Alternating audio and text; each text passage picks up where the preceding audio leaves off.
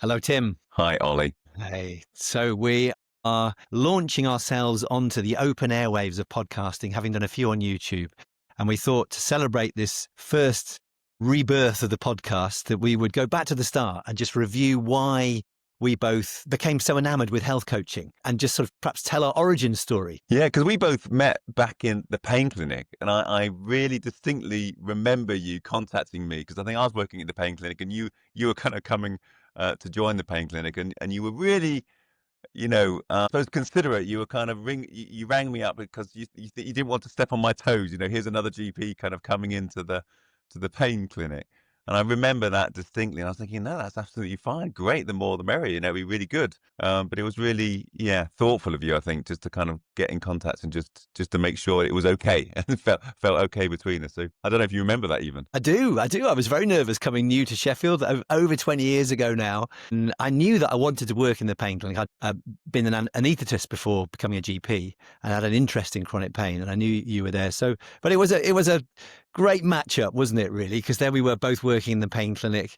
And we learned a lot in that pain clinic, didn't we? Yeah. I mean, again, I joined the pain clinic mainly because and people wouldn't know this about me, that I found people who were living with long-term pain really difficult to support and to help as a GP. We have very limited time, and this seemed to be kind of a really challenging problem. And I didn't really have much that I felt worked very well. And therefore, I kind of had that kind of heart sink feeling seeing people with long-term pain. I thought, well, that's not a good way to start a consultation. So that's why I went to the pain clinic. So I thought I could learn a few more things. What about you? So you had an interest in chronic pain from your anesthetics background. Yeah, and of course, anesthetics is all about doing major things. You put people to sleep. And the reason I think anaesthetists got involved in chronic pain was because a lot of it at that time was about doing big nerve blocks, just literally blocking the way your nerves conduct signals from the body, using very strong medicines, to either put people to sleep or to numb parts of the body.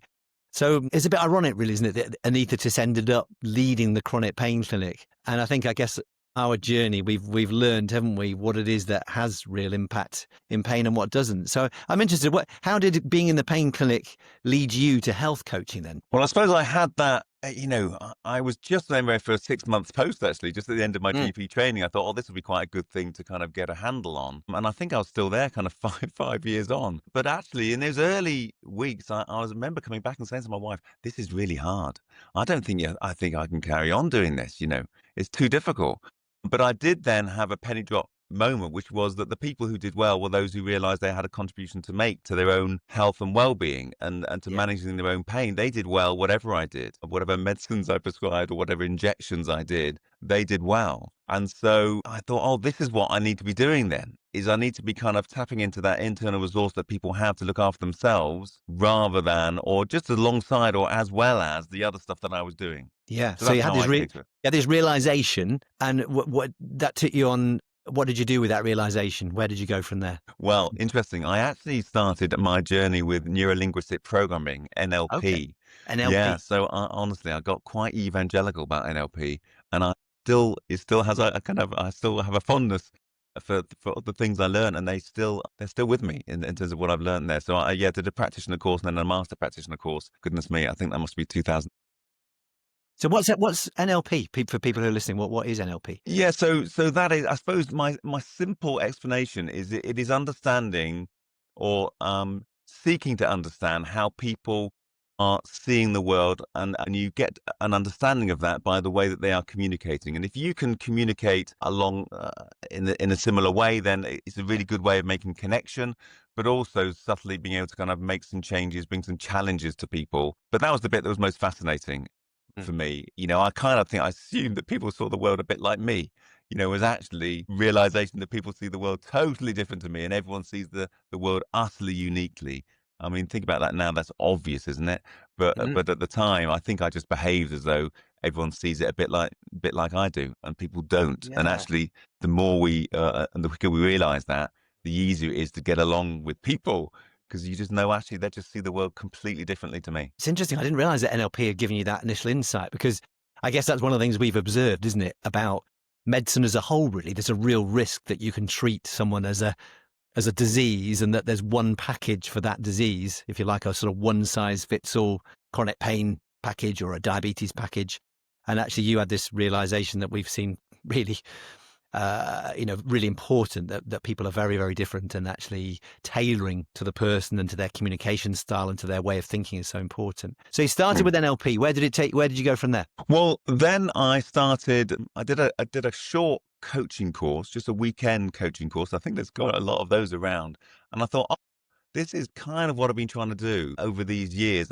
But now I've got a framework to work in. I can do a little bit more deliberately and a bit more skillfully and consciously. And then the local deanery was offering training for medics in positions of education to coach other doctors who were in their training schemes. I thought, well, I'll put myself forward for that. And I think that was 9 days of training there for that to be on that scheme. And I've been doing that now, that's 13 years ago. So I've been doing that a long time. And now I also do provide supervision for the other coaches on that scheme. And I absolutely love that. You're seeing people who are kind of coming up to consultant posts and thinking about what kind of consultant post they want. And you're seeing people who are just starting out thinking, am I even on the right trajectory here? Am I even on the right career path? And so you just get some great kind of conversations with people. So yeah, I've learned a lot in terms of coaching. Brilliant. But alongside that, of course, I was also working as a GP. And what I was noticing was that those coaching kind of conversational skills were absolutely front and central of my consultations with the patients that I was seeing. I was much more thinking this is more of a partnership than it was me telling you what to do. And it was just Okay. a nicer way to work. Yeah, no. So it changed.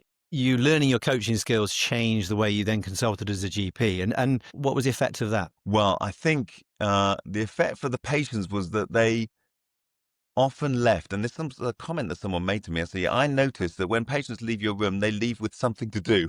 I thought that's Well, they've got interesting. some homework. Yeah, well, I hadn't noticed. I hadn't noticed that by myself. And the other thing is that there's always a lot of laughter, I think, that comes from your consulting room. And I think Okay. it's mixing those kind of two things together, kind of providing an environment where people feel it's okay to kind of share what's really important to them and maybe take themselves not so seriously, and also recognize that they've got a role to play in managing their health.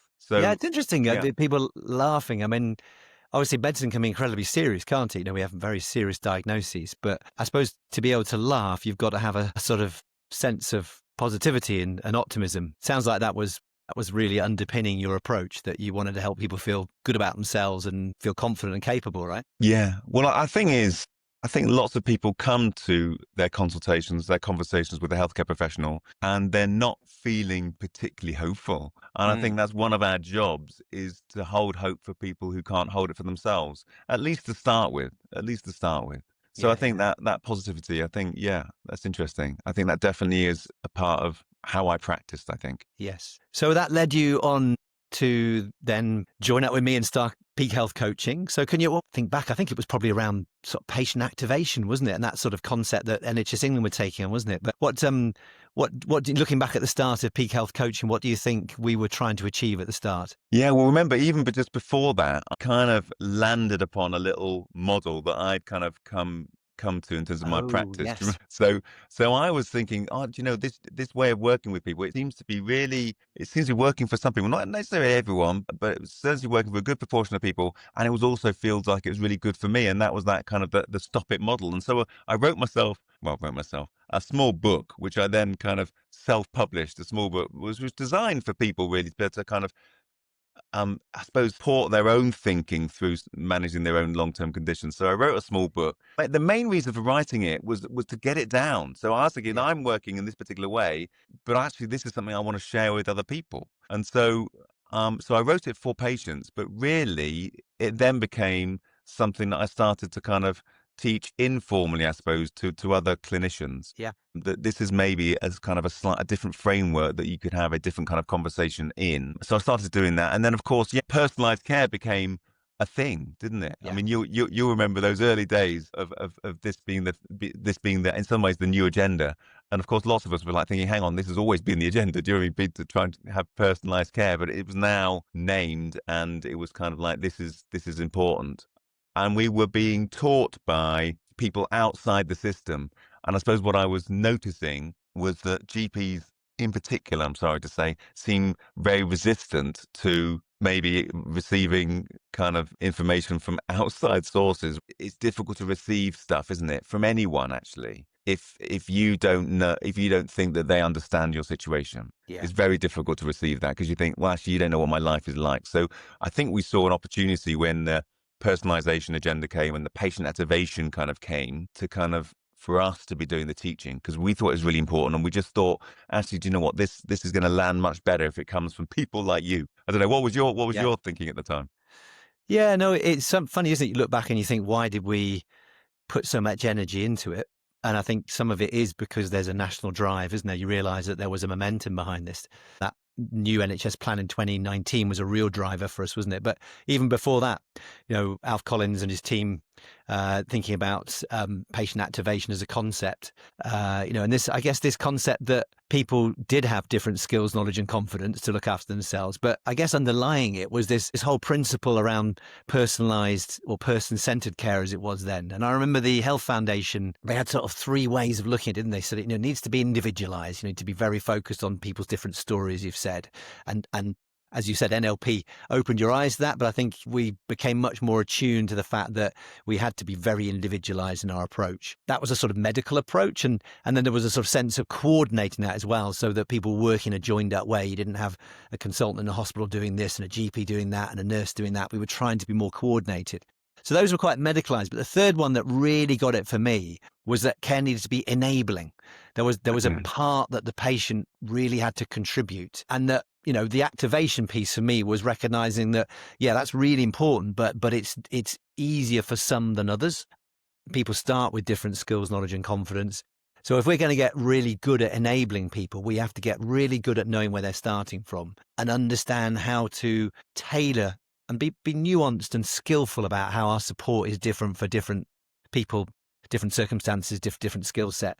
And that for me, that really got me enthused, because I thought, actually, we can get really good at this. This is a skill, just like diagnosing and prescribing, that actually is very sophisticated. It's got a lot of evidence base behind it, and I just felt this is the enabler for good health and well-being. Of course, we were trained as GPs. We knew how to diagnose things. We knew how to recognize illness and disease. We knew how to prescribe and how medicines work. But actually, it just felt to me at that point in my journey, this was the real missing bit, almost like the foundation to everything. If you don't have people enabled to look after themselves, if they don't have self-belief, if they don't believe that it's even worth it, them getting involved, and you don't allow them to do that, then they're just never going to achieve good health and well-being, or certainly not their maximum potential. So it was like you say, a penny drop moment when you just think, this is the bit that we've been missing. And I think, having met you in the pain clinic and having chatted together and learned how to apply that with people with chronic pain, which is one of the hardest conditions, I think, to live with, one of the hardest long-term conditions to live with, I think that opened my eyes to, actually, this could be something we could do for everybody. Yeah, agree.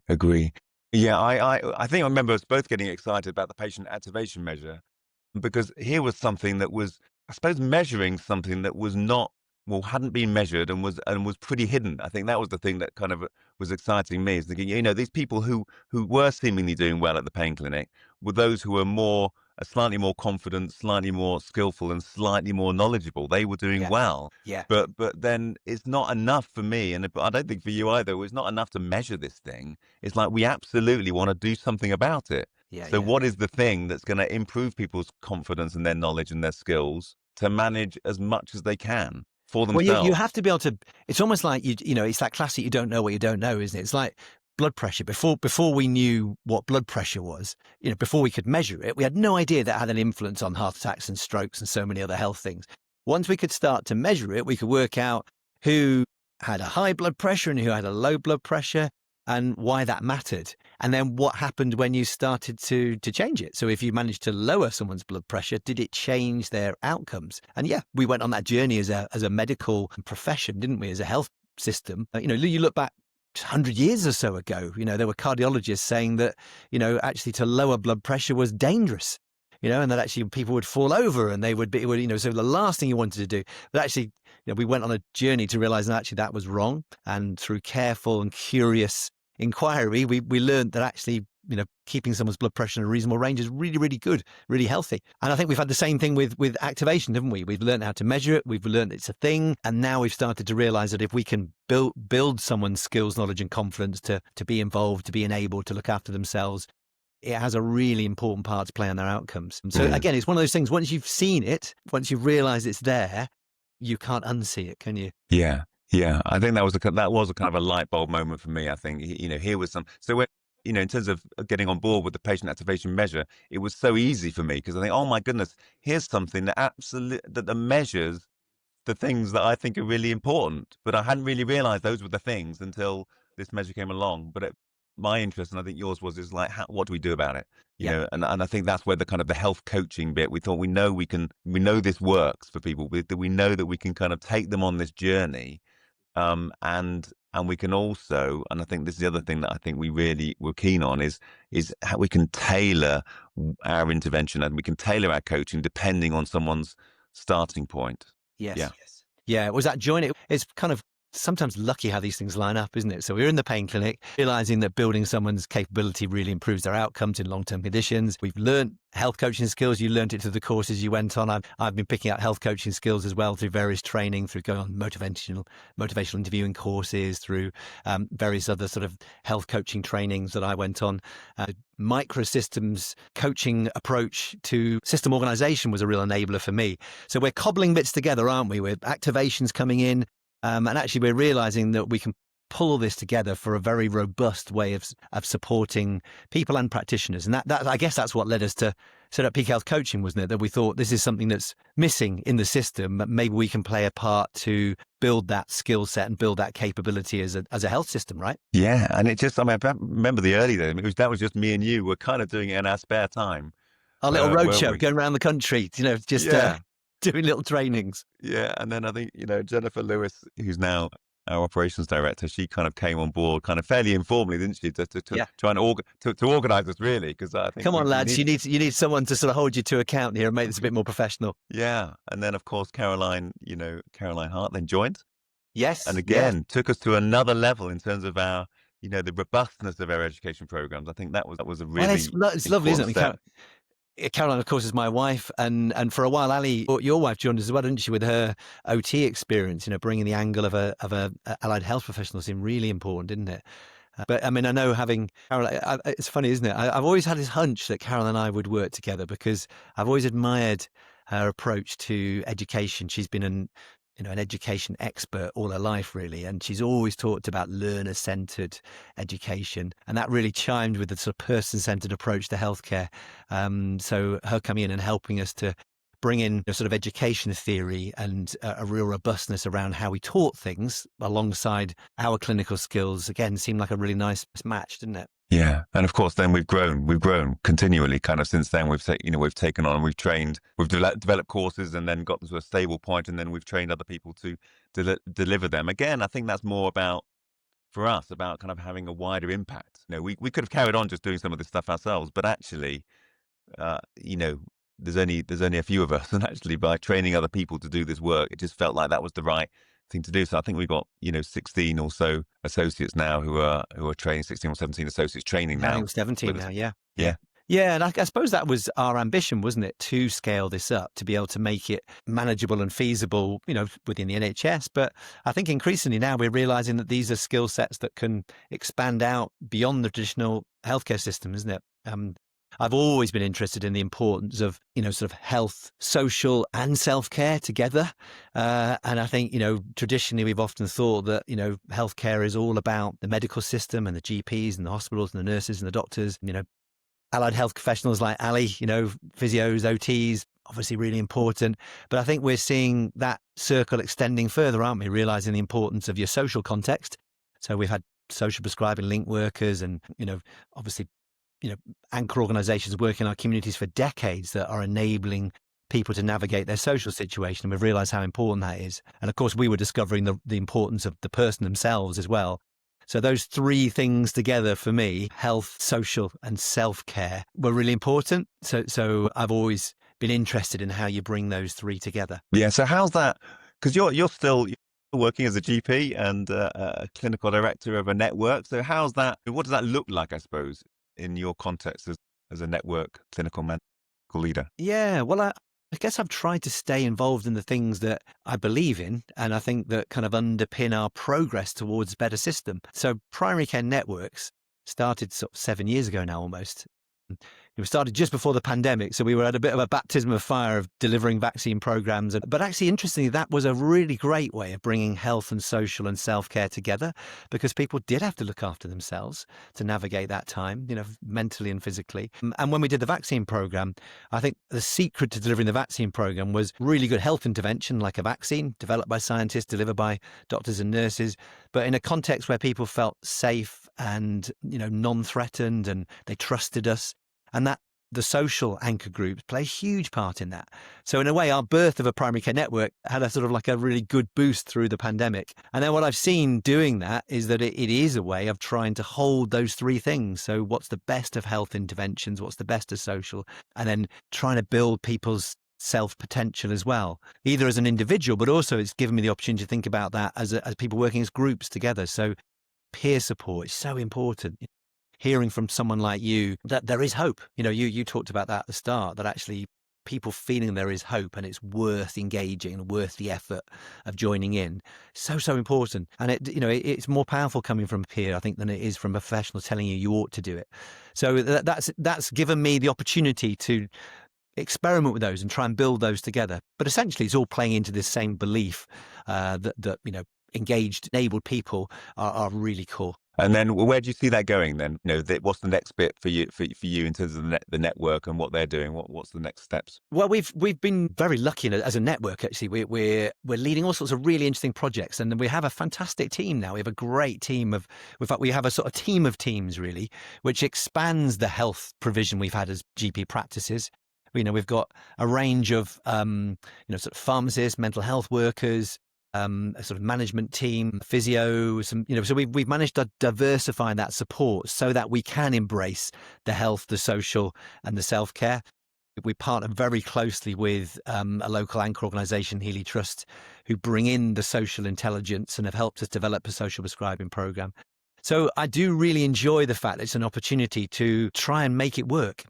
I think both of us have always been doers, haven't we? We learn and sort of progress by doing. So being part of the network and still being a GP and still being involved in diabetes care and chronic pain has enabled me to explore those contexts. And I think it marries really well with what we're doing at Peak Health Coaching, because we can build the skills at Peak Health Coaching and we can build the capability, but actually the context in which it's applied is also really important. Yeah, exactly. And I suppose we're also thinking a little bit beyond the health service and thinking about workplaces as well, and seeing the opportunity there for people, I suppose, to get better health, and not, again, be coming to the health service necessarily for that, but actually doing it in their places of work. Yeah, that's been really interesting, isn't it? And I don't know about you, but for a long time, I've thought that the NHS can't do this on its own, and actually, I think we're seeing increasingly, aren't we, in public policy, the importance of your workplace to, have a very important part in your health and well-being. And, the recent Charlie Mayfield report commissioned by the government was very clear about that, wasn't it? That employers have a really important part to play in creating an empowering and an engaging environment for people. And, we should think of them as part of the health creating machinery, really. Yeah, there's so many opportunities, aren't there, I think, for organizations to get this right, I think. But they do need to, I think differently to how they have been. I think there's lots of kind of things being put in place, like, mental health first aid or mental health champions, or particularly maybe health champions. I think that is really, really good. But some of that is very reactive. It's kind of like, you get in contact with those people when something's already gone wrong, or in the employment, the employee assistance program, all of those things, or, having to, speak to the counsellor. They're all really, really important things. But I think there's an opportunity to do something that's a bit more personalised, a bit more proactive, which is really exciting. I think it's really exciting. Yeah, it is, isn't it? I mean, I think what we've learned, haven't we, is that we can do this in the NHS without a huge amount of input. We've seen, haven't we? We can train a health coach to pick up the core health coaching skills in sort of 4 days. And clearly, there's a lot more you can learn. You can go up to diploma, can't you? diploma level, but actually you can achieve a lot in 4 days. So why not bring that into a workplace and enable them, as you say, to have this preventative approach? I think that's the key thing about health coaching, isn't it? It's not waiting for someone to get ill and then trying to treat them. It's trying to help them to stay on top of looking after themselves and be proactive and preventative. Yeah. Obviously, as well as looking after yourself well when you are living with a long-term condition, as we found as GPs, but that real power in the workplace of helping people to stay healthy and to be proactive at looking after themselves. Yeah. So you're staying in, Ollie? You think you're going to be staying in the health service for the foreseeable? What's your thoughts? Yeah, who knows? Who knows? I mean, I do like the reality check of seeing patients. It makes it feel real, but there's only so many hours in a day, and I am very energized by what we're doing at Peak Health Coaching, because it's got a scalability, isn't it? And it's got an applicability across a wide range. I'm very excited about what we're doing in workplaces because it's got so much potential. So I'm going to keep my plate spinning. How about you, Tim? You actually you stepped out of GP, didn't you? How are you feeling about that? Yeah, I last saw a patient. This is kind of horrifying, really, in some ways. But I last saw a patient 4 years ago. So after 20 years of practice, I've stepped out. But yeah, I haven't really looked back. I still work as an appraiser, so I still get to stay in touch with what's going on for people, and I also do coaching for the GP trailblazers, who are GPs working in areas of high deprivation. So I stay in touch with what's going on in the profession. But yeah, there's not a conversation I have where I think, oh, I miss that. And I think the reason is that I think the more clear you are about what you're about, the less tolerant you are of what you're not.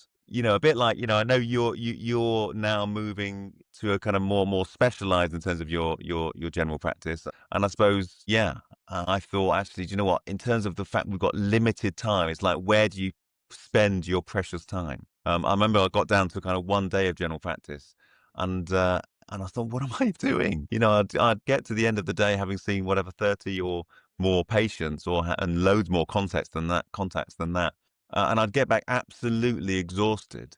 And I thought, well, actually, I could be training 20 odd people today, and they would all be seeing 30 people. So in terms of impact, I think that's where I kind of finally it tipped to kind of make sure that in terms of the impact I was having, it was going to be, I suppose, greater than me just doing that 1 day. Didn't make sense. And of course, you've got to stay up to date. You've got to keep on top of everything. You can't, just because you're doing 1 day, you can't just not do everything that everyone else is doing, who's doing 3 or 4 days a week or 5 days a week. So it's like, where do you spend your precious time? It's really interesting, and I know you spend time thinking about that. So, I mean, your identity for 20 years was as a GP. You went through all that training to be a GP, to be a doctor, practice for 20 years. Has it rocked your identity, or do you see yourself as a different sort of person? What's your identity now then, Tim? I think it's the same. I think when I kind of think about what it was that I really loved working as a GP, what it was the stories and the connection and connecting with the person and helping those people connect with their own story. I think that was really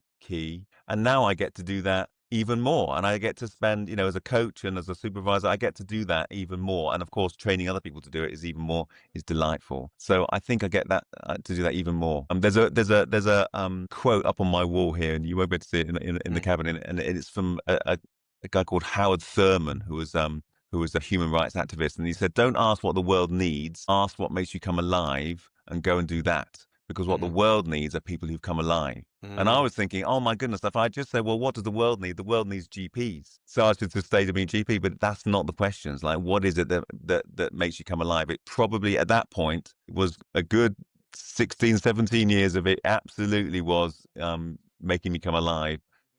The later years, I think, actually, no, that was not so much me, but this definitely is. And actually, that's what the world needs, is people who have come alive. And that's where I think I am right now. Yeah, I can hear that. So what you're doing with Peak Health Coaching is helping you to come alive. Of course. Yeah. And I hope, honestly, I hope that what we're able to do for other people is to reinvigorate their work as clinicians and as health coaches and people working in the health and social care sector and in workplaces. Yes. I want people to come on some training, and this might feel a bit grandiose, but we are getting feedback which says that people feel that having been on the training, they feel their work is more meaningful. Wow. I mean, that's really good, because people feel their work is more meaningful. I mean, hearing you say that, that's almost a nail on the head of what health coaching is, isn't it? I suppose we're talking about it in a context of health, but really that's just how you feel about yourself. It's almost it's your sort of like, it's the sort of burning engine of your life, isn't it? Your health and well-being. So, it does feel to me like what we're trying to do is help as many people as possible to come alive and lead a life that really has meaning to them. Some people say flourish, don't they? I know I recently connected with Jeff McDonald, haven't we? A very prominent HR leader in the country. And I love his quote that what matters is not your people. Everyone says, don't they, it's your people that matter to you. He says it's the energy of your people that matters. So having energetic people that have come alive, I think it's got to be one of our ambitions. And, you can do that in a health setting. You can do that in a workplace setting. It should be a universal skill of life, really, shouldn't it? Yeah. Yeah. And it does sound grandiose, but then, I think we should be doing stuff which is grandiose, I think, or have that ambition anyway. To do something which is going to have some impact. And I know our values are positive impact and lasting legacy. There too, we kind of simplified it down because that's at the heart of what it is that we want to do. We don't want to just do training courses which are nice and people like going on them. It's got to have some positive impact when people go back to their workplaces, or whether that's in the health service or outside the health service. It's got to have some impact. And also we want to set things up which go beyond us. So when we stop doing this work, someone else is going to carry it on. Yeah. That would feel really important to us, I think. So how are we going to know we've achieved that then, Tim? What's it going to look like when peak health has had a lasting impact? Wow. Well, I suppose when every workplace recognizes the value of people having the skills to support people to look after themselves as far as they are able. So every workplace, meaning every business, but then also every health delivering organization, every caring organization understands the skill set and is able to know how it fits alongside that sort of health, social and self-care environment. Yeah, exactly. And seeing the value of that for their colleagues as well as the people that they're looking after. I think that's important. We've got a lot of work to do, Tim. I'm up for it, though. Are you up for it, Ollie? I am. It's great. I love it. It'll keep us busy, won't it? And what's lovely is that so many other people are joining in, aren't they? Do you know what I mean? We're not the only providers of training. There's some great other providers of training out there. There's systems starting to gather momentum in the NHS and in businesses and so on. So it is an exciting time. But I think once people realise how much it has to offer, it's quite infectious, isn't it? So yeah, it's a great journey to be part of. I'm enjoying being part of it with you, Tim, as well. Yeah. Me too. I'm enjoying this. I'm enjoying the journey, which again is part of the thing. Isn't we definitely have this outcome in mind. But we absolutely need to enjoy the journey. Yeah. And again, like you say, we're not alone in this. We're not alone. And it's not just us doing this. There's lots of other people who are doing this as well, which is really exciting, I think. It is. So this podcast then, what our ambition with this is to have some chats like this ourselves, hopefully, encourage people to get involved and to pick up some of the skills, however they're going to fit for you. We're going to try and interview a few people, aren't we? A few sort of like system leaders, the people we admire, many who have been there before us and inspired us, and others who are now coming on after us and doing fantastic things that we didn't think of. So that's going to be our ambition, isn't it? Probably do a little bit of chatting together, a little bit of interviewing other people, right? Yeah, I think we for variety and for the sake of those who are listening and watching, yeah, I think we definitely need to have some guests as well. It'd be really interesting. Just, have some diversity in the podcast. Yeah, that'd be good. So thanks. If you've listened all to the end of this point, you've clearly got incredible stamina and dedication and commitment. So you are the sort of people that we want to stay in touch with us and keep engaging with us. And we will hopefully keep pushing these out to keep you thinking well. That's the thing, isn't it? If people are thinking positive and thinking well, that's a good place to start. Yeah, great. Nice one, Ollie. Cheers.